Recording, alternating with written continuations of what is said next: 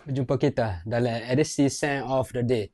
So, Scent of the Day hari ni kita cuba Dahi Aircon Racing. Dahi Aircon Racing ni dia dikeluarkan pada tahun 2017. So, kita tengok macam mana. Saya house yang agak dalam community fragrance ada orang kenal lah, ada nama lah. So, kita tengok dia punya tu. Scent of the Day kita kasih cepat-cepat sikit. So, botol dia. Kotak dia. What nice. Tapi kotak dia nak ayat biasa tu tidak, dia ada effort lah.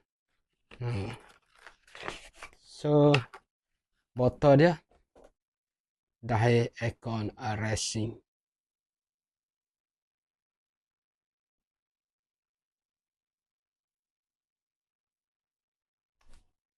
Tu dia penamak dia. Karisai penamak. So, kita try dia punya Atomizer.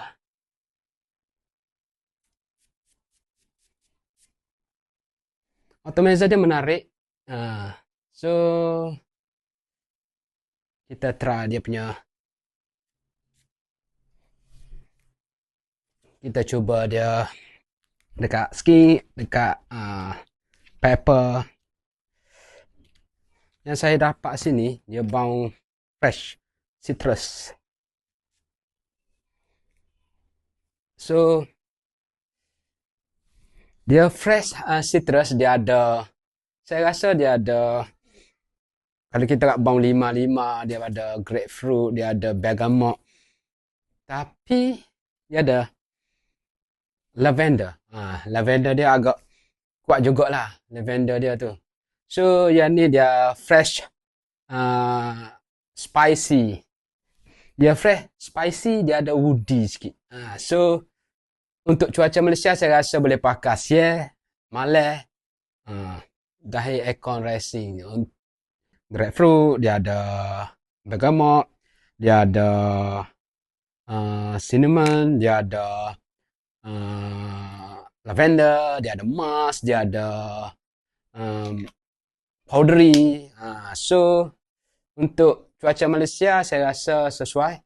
So, kombinasi not dia bagi tu tidak heavy lah. Dia more kepada pemakaian yang santai, yang hari Minggu, enjoy, santai hari Minggu. Boleh pakai bila-bila masa. Apa saja occasion, apa saja situasi, sesuai pakai. Dia wangi yang mudah diterima. Dia macam mood santai, mood bercuti, mood relax. Ni boleh. So itu sahaja untuk perkongsian kita Dahi Aircon Racing Green.